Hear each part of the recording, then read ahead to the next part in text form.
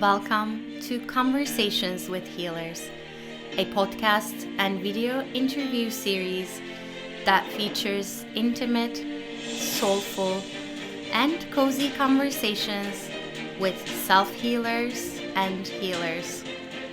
Healer to healer, we dive into all aspects of self-healing and healing, and being and becoming a healer.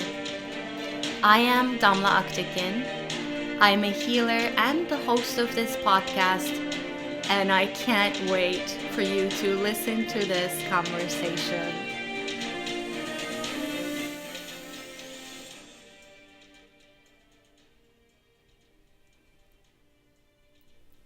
If you are new to this podcast, please take a moment to subscribe so that you can be aware of new episodes.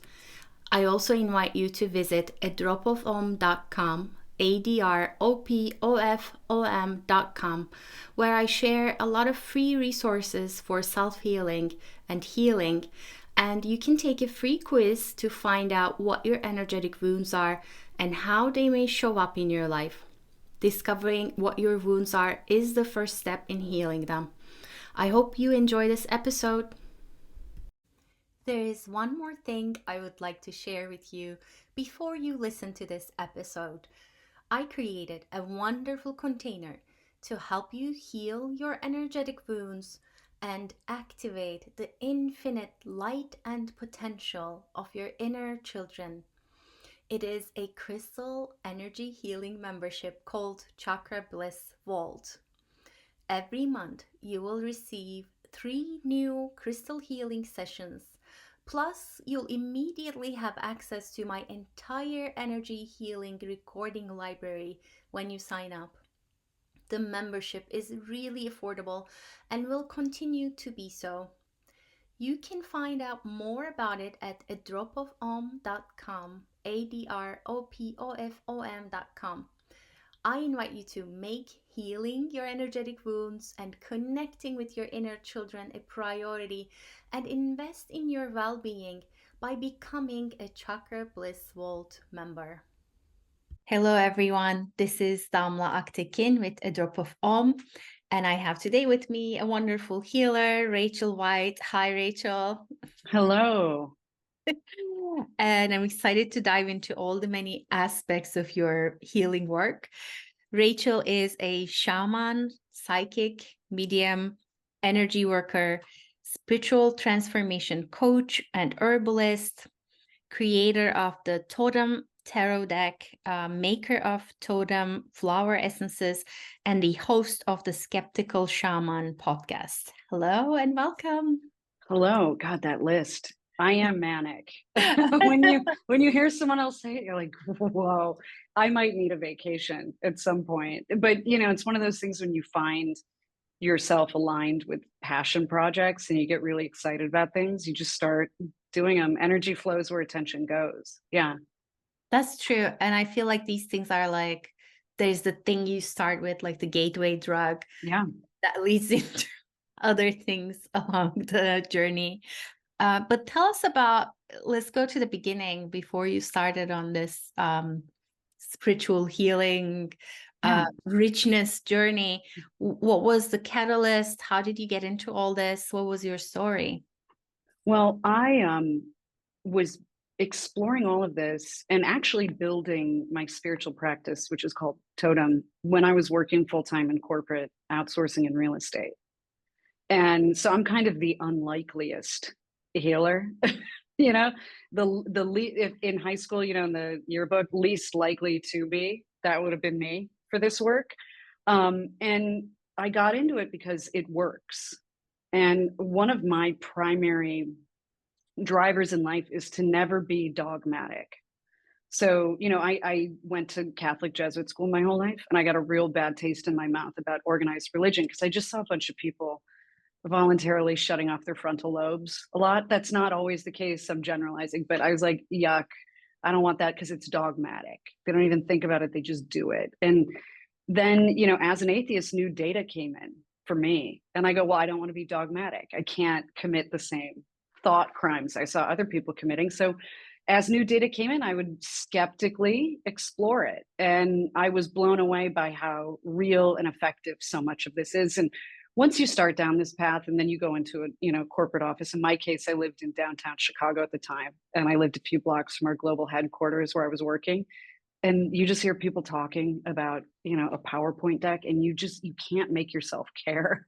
There's something about doing like deep woo work that kind of ruins you for small talk or banality. And so, warning to everyone thinking they want to start this journey, there are some bells you can't unring. It makes you weird. Now that I go to dinner parties, my husband's a chef. If I introduce myself, I'm no longer like head of innovation. I can't say that, or senior vice president of global strategy. I go, oh, shaman, and then you get like the looks and the wait, what does that mean? And it's this whole, you're through the looking glass. Yeah, for sure. I hear you. If I enter such a place that feels very muggle-like, like in Muggle, Harry yeah. Potter, I usually say I just run my online business. That's what I say. Yeah, good for you. That's clever. Yeah. Yeah, and then people don't ask further, then you know that they don't have any interest to begin with. So that's very interesting. So you're coming from a more analytical, more like, I don't know, corporate. Yeah. I was always psychic as a child, and I read tarot cards as a very young child, but got to a stage where I explained a lot of that away as like psychological symptoms of trauma, right? Like put it through that clinical psych filter and dismissed it. When I got older, when I was like in college, I was like, oh, all of that stuff I thought I experienced or whatever. It's just because my parents were nuts and abusive, and the home dynamics were what they were.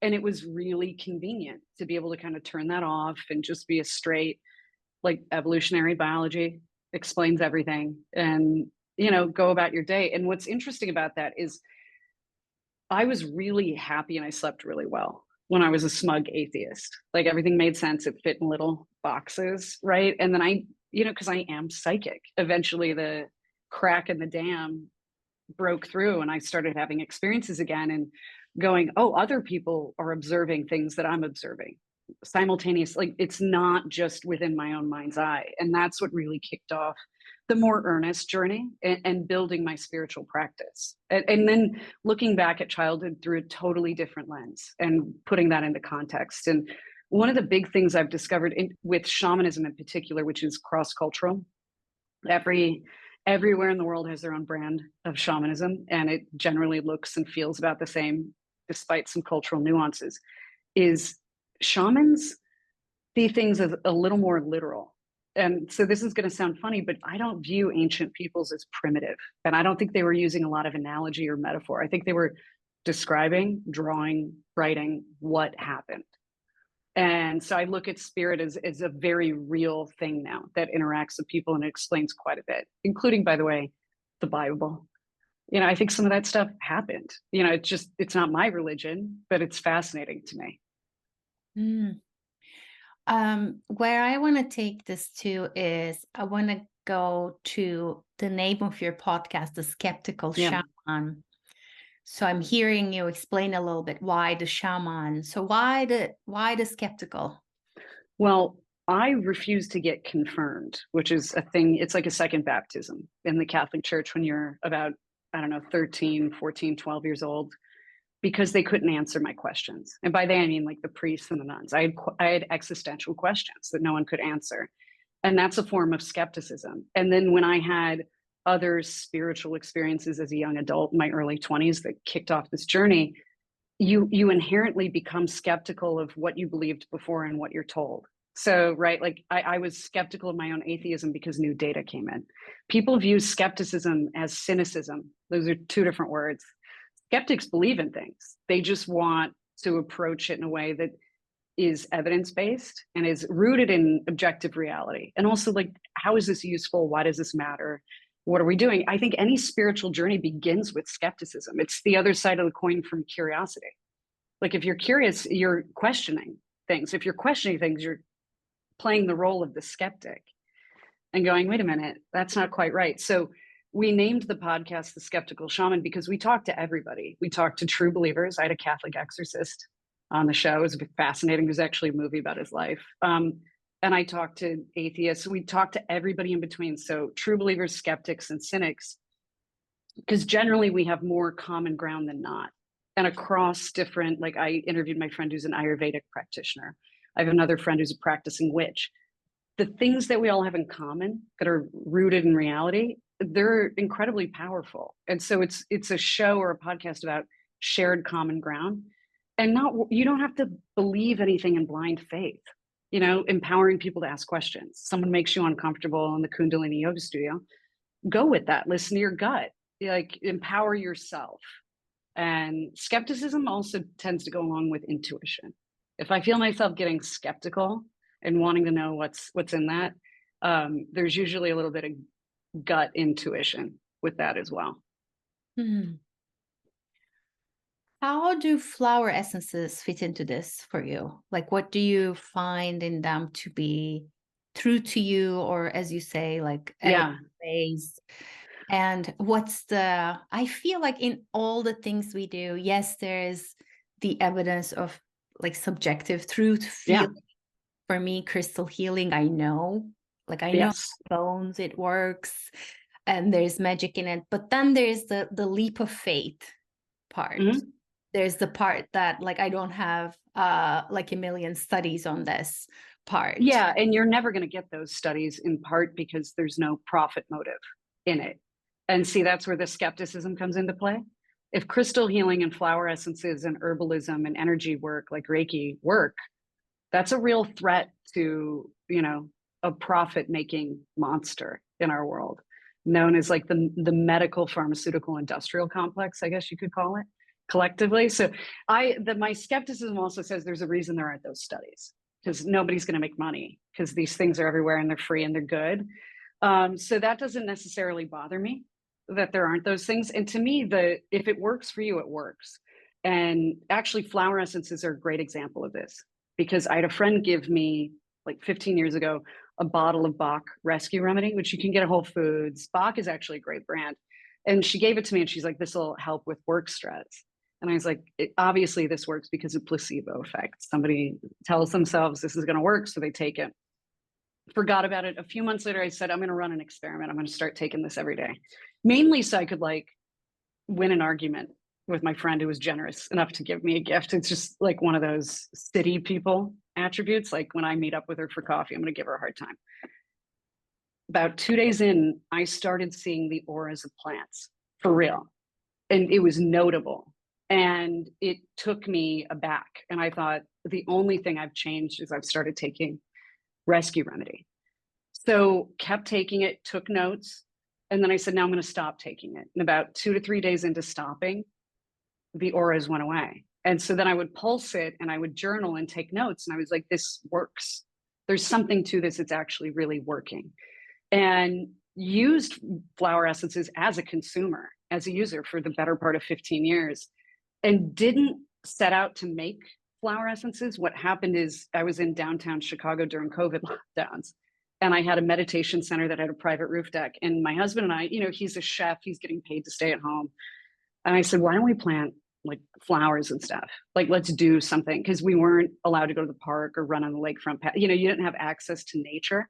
And I literally just wanted to touch dirt. So we planted some flowers. And because I'm wired the way I am, I can't just have a nice hobby. Like I garden. And I said, you're a chef. Why don't we figure out how to make flower essences for ourselves? Like a little project during COVID. And we did it. And I gave them as like little gifts to friends and things like that. And then they would start messaging me about how they worked. And mind you, I didn't even think to try them myself for about a year. And friends would give me feedback. I'm like, you know what? I should try them. And I did. And I was like, oh, they're way better than the other ones I've been buying. I'm not saying that as a salesman, but I think also being the person who grew things from seed, who talked to the plants, like personally, I had an intense vibe with my own flower essences and just started selling them. And so it wasn't a big plan. It wasn't like, I'm going to be a flower essence person. It was like, oh, right. Like almost a full circle reminder of these things work and they're powerful. And they support me so much every day. I still use essences from other companies for flowers. I live in Texas now, Austin. I can't grow all the stuff that I want to use here. It just doesn't work. It's like being on the surface of the sun. So I still order some from Bach or flower essence services, but what I like about them for everybody, whether you're a healer or a normal person, a muggle, is they work no matter what else you're doing. So much of our work is like intensive, almost like energetic psychotherapy, like setting intentions and journaling and doing meditations and doing shadow work.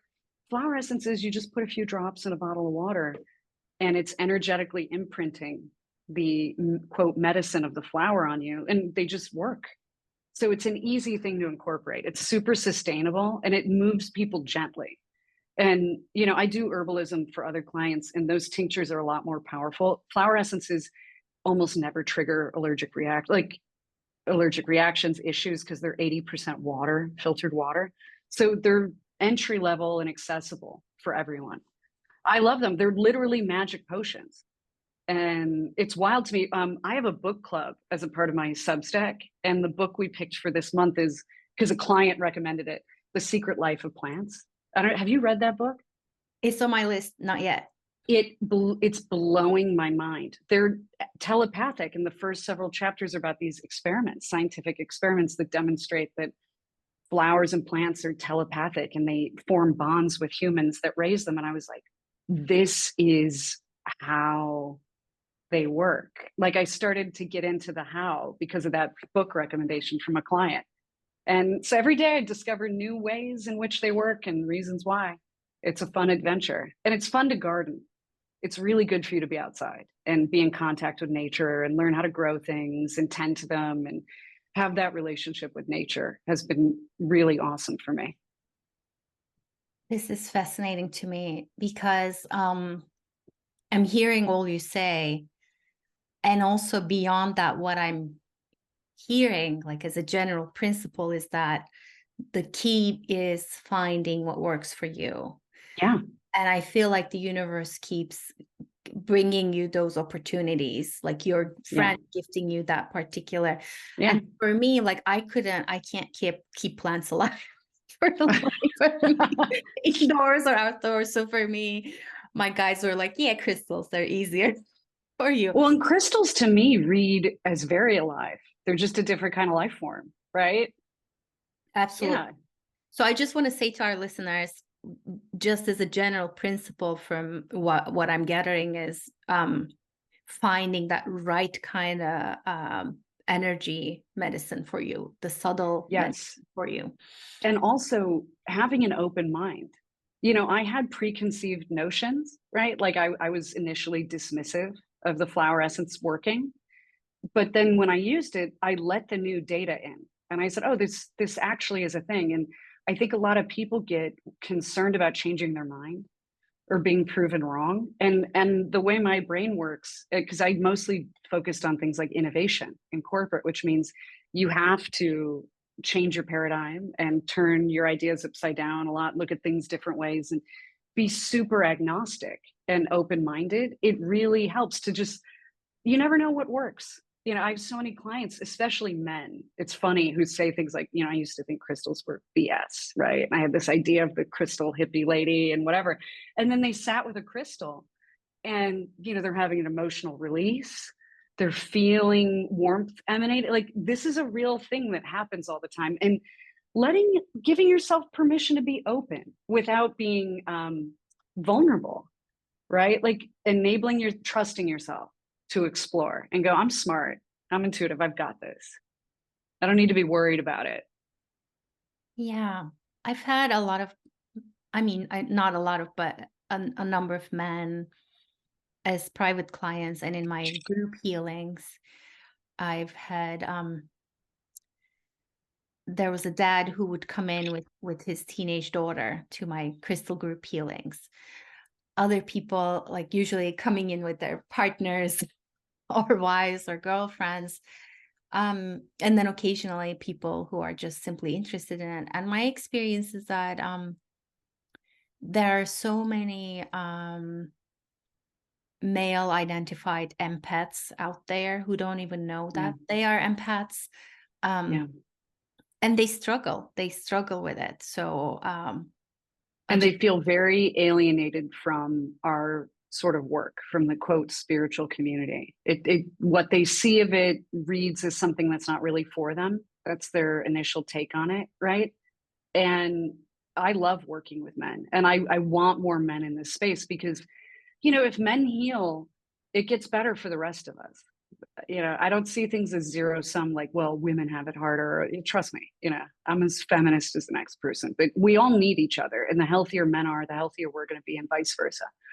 And one of the things I push towards with Totem is, my little moniker is I want to democratize spirituality for everybody and not gatekeep it or push people away from it. And in particular, reach out to men. My tarot deck has tested and sold more with men than women. And I didn't expect that because it's just my taste. Maybe I have bro taste. Who knows? Maybe too much Joe Rogan podcast episodes are rattling around in my ether, but it made me really happy that men were buying it. Like, it felt like there was maybe an entry level tarot deck for men. And I thought that was cool. I want to come back to that. I Yeah. just want to say, to finish out what I was saying before, which is I've also come in touch with men who are deeply in touch with their empathic nature, with their intuition, with their feminine side. And that's a beautiful thing to witness. So there's definitely a variety out there.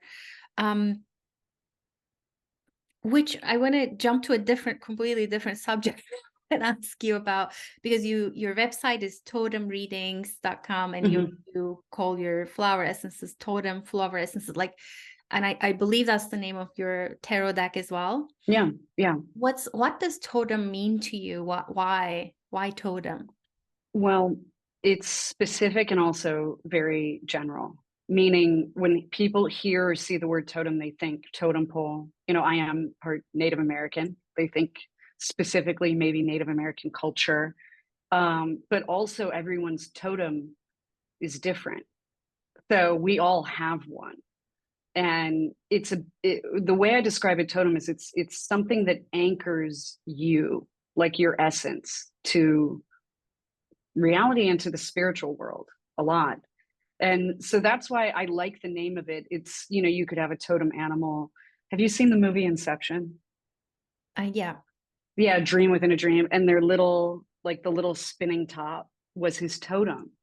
It was his little symbol of, like, this is how I know what side of the woo I'm in. And it's just a means of finding your own true nature, really tapping into that, getting familiar with yourself. And then, like a totem pole, you build your spiritual practice from the bottom to the top, from the basement to the attic. And it's always building and changing, and yet it's still always you. So that's why we went with that name. I like that. Always building, always changing. Yeah. That gives room enough for what you're describing with the skepticism or the curiosity side of it. What else could be included? What else needs to change and evolve as you change and evolve? Your essence changes and evolves. So tell me about tarot. I love tarot personally, and Me too. card decks. I find them to be fascinating tools for visualizing what I already feel for my clients. Yeah, well, you're nice and self-aware. And so self-aware people generally find a reading affirming because they're tuned into what's going on. Other times people it's the first time they're hearing about it. Not that they're lacking in self-awareness, but maybe they haven't been cultivating it. Maybe they've been working and raising kids and they haven't checked in with themselves in a while. So in that way, it can spark for other people that moment of self-reflection. Yeah, it's Carl Jung used them with his clinical psychotherapy patients because he thought that the symbolic nature and the structure of tarot spoke to the unconscious mind. It was a way of unlocking that while you're awake. Yeah, and that's my experience too. What I could explain to them by painting a picture or with 1,000 words, if I show a card or pull a card for them, they're like, oh yes, like, yeah, that makes sense. And I know that you also tap into them differently as a personal development and energetic chakra diagnostic tool. Tell us Yeah. about that a little bit. Yeah. If I have an energy work session, let's say a remote one with a client who's in New York, I'll shuffle a deck of tarot cards. I prefer tarot to oracle cards just because there is something, to the structure. I don't want to go full neurodivergent nerd on you and explain it, but you just pull the cards and it's almost like getting an X-ray of the energy body. So you start crown, third eye, throat, heart, navel, sacral, root chakras, and you're pulling cards for them and you're looking. And I like to, it's sort of like doing a diagnostic test in a hospital before a procedure. And the way I look at energy work is that's the procedure. So I try and get a lay of the land. I've just found tarot to be very accurate with that. It always helps me focus on chakras or areas of the energy body that most need assistance. And it also gives a bit of a narrative, frankly, about why it might need assistance. Like I had a client several months ago whose throat chakra, the card I pulled was in my deck, it's Anubis, because I wanted to give it a chill energy, but it's the death card, right? And I thought, oh, he's going through a massive transformation. Like his throat chakra, this is the focal point. He's going to be shedding and evolving. And he actually, it got kind of emotional when I shared that because he's going through a journey of articulating and expressing abuse that happened to him as a child. And so, getting that card there, you go, yeah, it's transforming. Good for you. You're doing your work. It's one of my favorite uses for tarot. I pull a couple cards before I do channeling work too. It sort of tunes you, your little AM FM radio antenna to what's going on. It's a great way to set the stage. Mm-hmm. And I think tarot can be intimidating for some people if you haven't looked into it.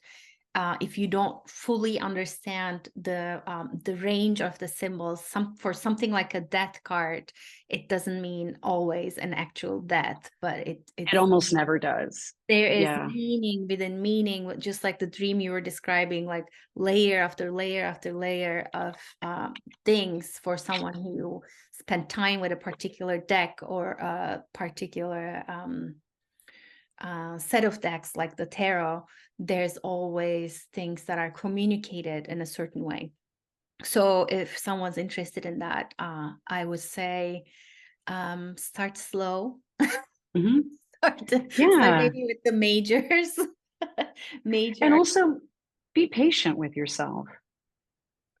I've been reading tarot cards since I was 10 years old. That's 30 years of it and a lot of it. And so thinking that, I have some special knowledge, I don't, I just do it more than you.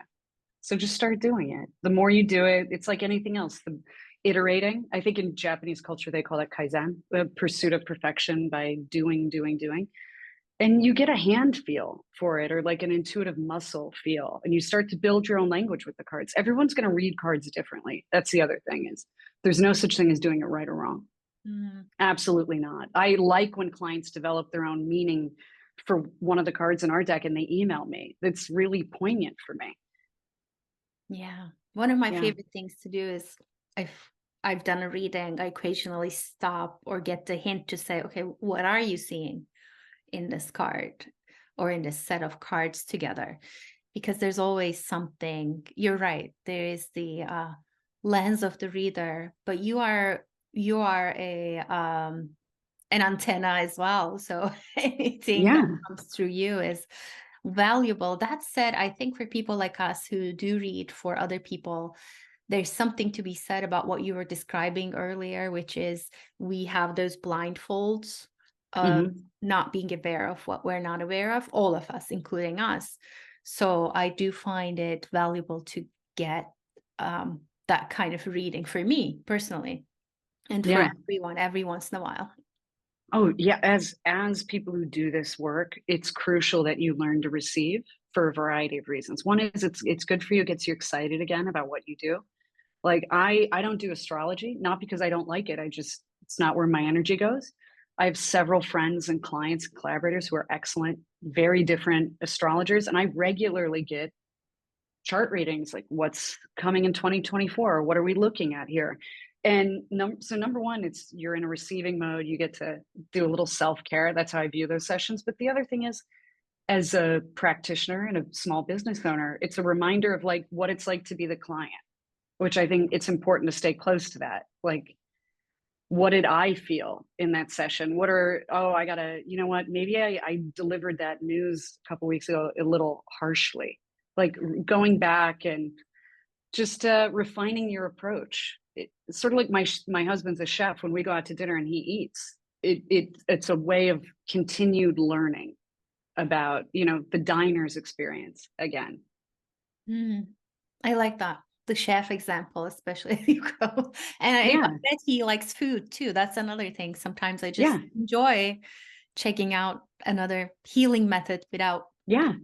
studied for a year or two or however many years. Yeah, and it reignites your childlike sense of wonder for the thing that you fell in love with in the first place. You know, it's a very crucial thing, and I think people just get in a grind, or they don't. Sometimes too, people think like, well, why would I go to anybody else? I have all the answers. And it's like, if you know anything about spiritual work, Yeah, the no. mere act of booking another appointment with someone else is going to open a door for you. It just is. Yeah, it's Yeah, good to do. yeah. And you're usually drawn to the right people in the Hmm. right order.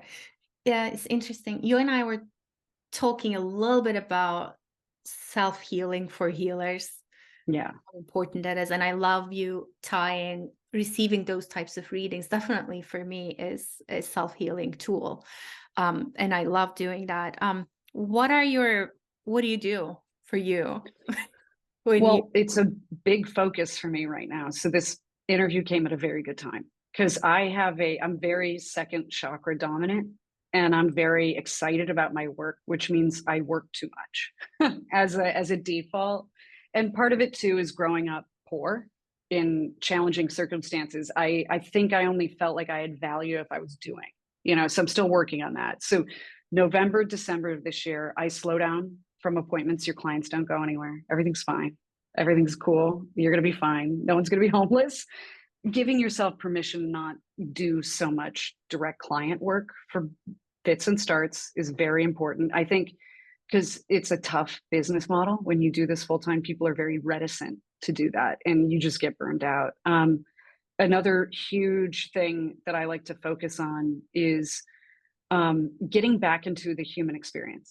So I had a massage the other day, and she asked me what happened to me. And I said, "What do you mean?" And she goes, "Did someone beat you with a baseball bat or something?" I was like, "No, I just haven't let me been." show you my past lives. Just Yeah, and also, I mean, you know, all I hand bottle all the flower essences, and she's like, you know, your forearms are really stressed out, like just you know the bits and bobs that come along with getting a lot of stuff done. And so I like to get body care. I get cupping. I get acupuncture. I also took some time off, like blocked off my calendar. I got certified in feng shui, which has always been an area of interest for me for a very long time. And I've purchased, of course, because the minute you start that, you purchase art for your home and you start moving things around and cleaning out closets. So I would say, too, taking care of your physical form, your body, like it's your baseline level, eating, sleeping, stretching, massage, all that. And then your home, like the physical surroundings of your home. What's in the closet? When was the last time you looked at that clothing? Slowing down to just do life for a while. And I think practitioners, you know, I have a client and friend, her name's Colleen. She's an Ayurvedic practitioner, a very smart lady. And she came on to do an episode of my podcast that said people get addicted to their dosha. Like that this inertia starts where I'm very fire element. And so if she were to ask me, "Do you feel good?" I go, "Yeah, I feel good. I'm fine. I don't need food. I'm just getting stuff done." Da da da da. Da. And she goes, "No, no, no. You get addicted to the your imbalance, and you have to always recalibrate." And so for me, having very strong pitta, I have to slow down. Give her big assignment for me was a sweet treat in the afternoon, cooling food, slowing down a bit, and realizing like, oh, I wasn't doing fine. That was all momentum. And whatever version of that is for other people. Colleen gave herself as an example. She's very earth. She goes, "I can sit on that couch and watch Netflix for days. I don't need to get up." And so we sometimes will just go off on our trajectory. You got to pull yourself back. And People who do this work for clients, I would also say good boundaries when you're doing the work, reminding when necessary your clients that you're also human, having a human experience. Because I think sometimes they see you as someone who's got it all figured out, or they can kind of come and dump. And I made it a rule that when I'm working in a psychic session, the scope's really defined. And, you know, we're going to do that. And there's boundaries here, either whether they're time or interpersonal. And that serves everybody. So I would just, you know, little PSA, the more you know, boundaries are good. Boundaries are good for everybody. Mm. Yeah, there's so many things there. Yeah. Boundaries, the basics of like just eat, sleep, go to walks, whatever, and then get some extra healing support whenever Yeah. you need to. I like the part about redefining your normal or Yeah. realizing you go back to your like familiar paths of like or whatever it is for your Yeah. existing in the higher energy, like the fire.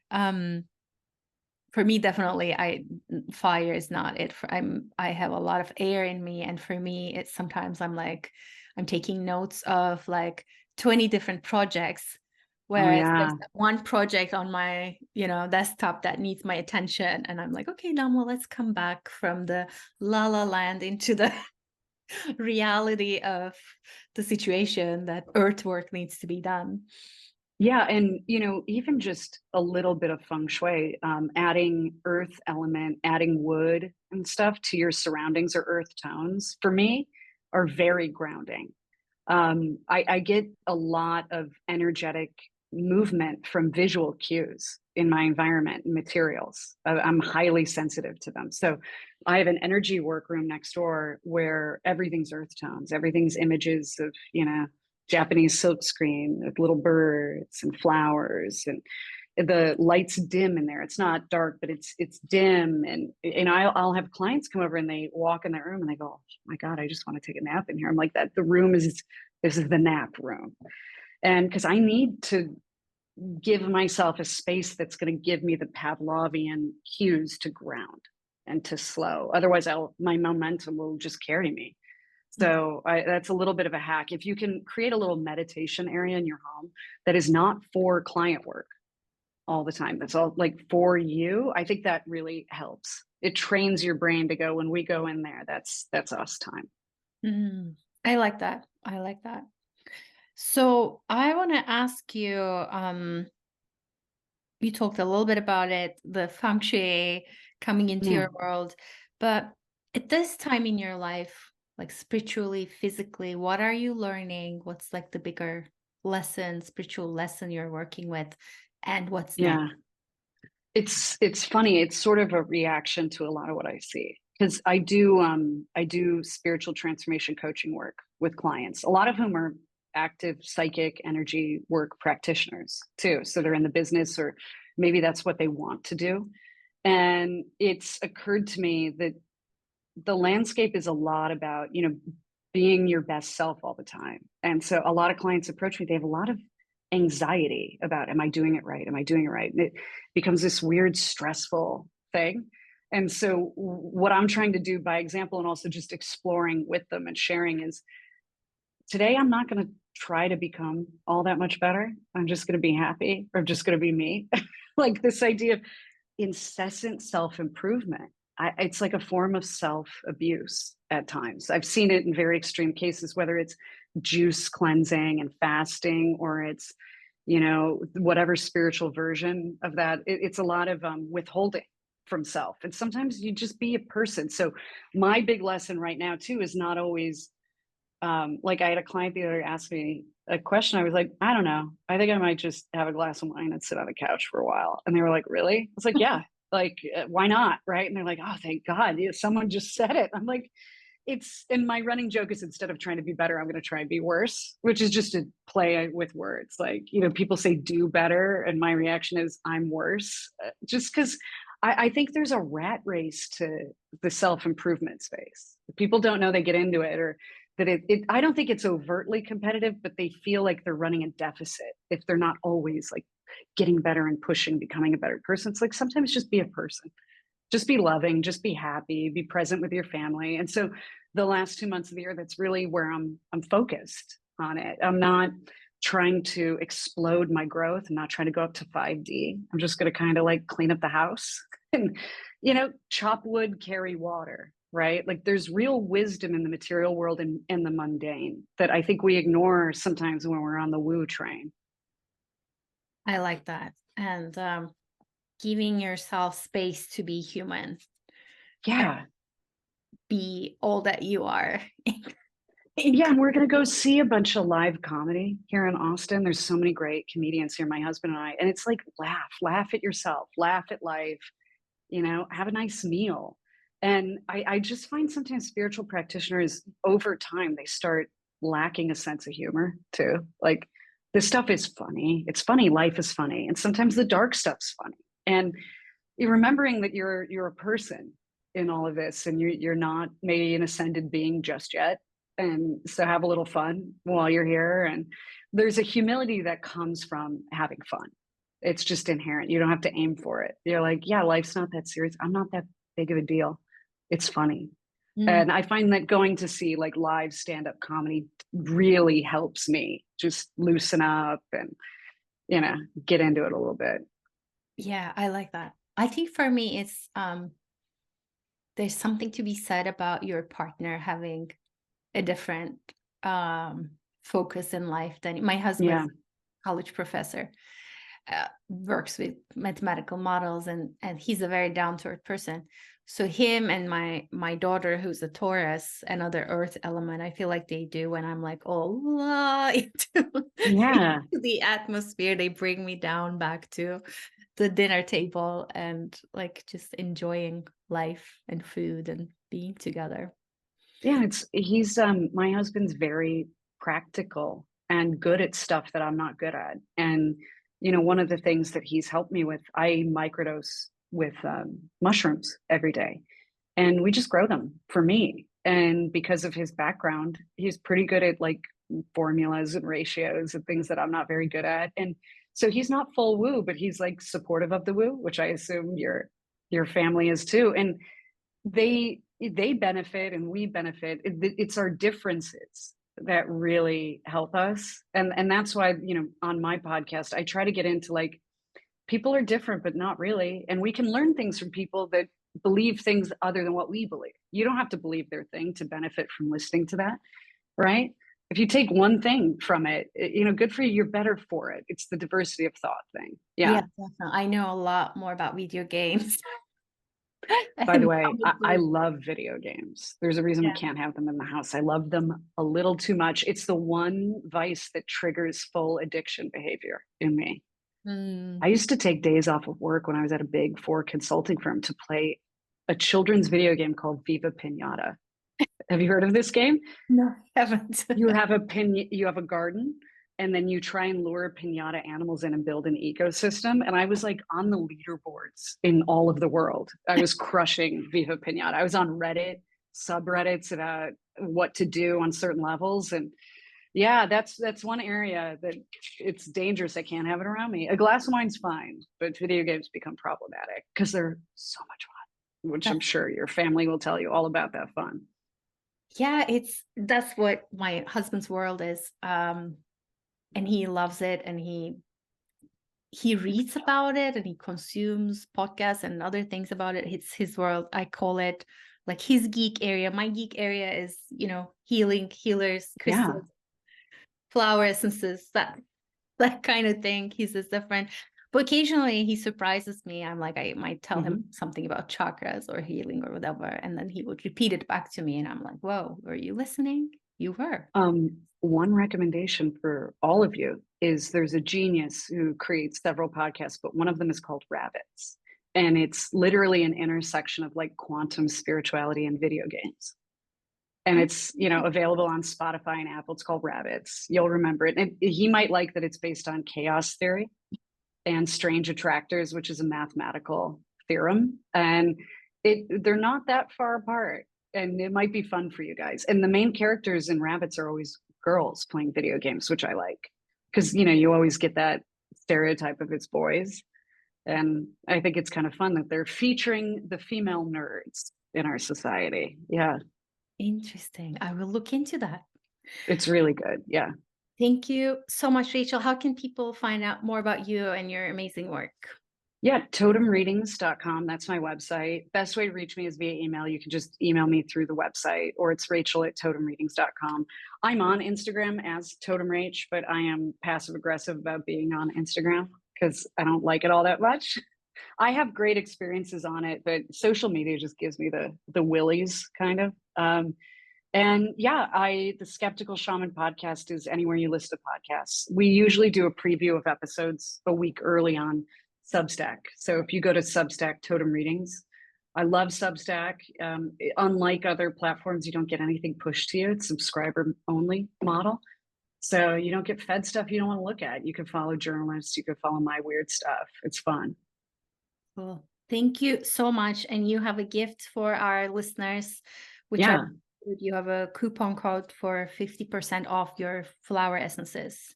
Yeah, on Etsy. So the name of the Etsy shop is Totem Readings ATX. If you go to my website, we link directly to it. It's in my link tree to my links in my bio on Instagram. And the code is healer in honor of you and your incredible podcast. And you'll get 50% off of any flower essences. That's beautiful and wonderful. Thank you so much. Thank you. Thank you so much for tuning in and listening to Conversations with Healers. If this episode spoke to you in any way, please leave a review or comment, like or love it, and share it with others in your life. This is a true soul love project from my heart to yours. I really appreciate your help in spreading the word. If you haven't already, don't forget to subscribe and check out other episodes to listen to some extraordinary healing stories and advice. Have a beautiful and wonderful day.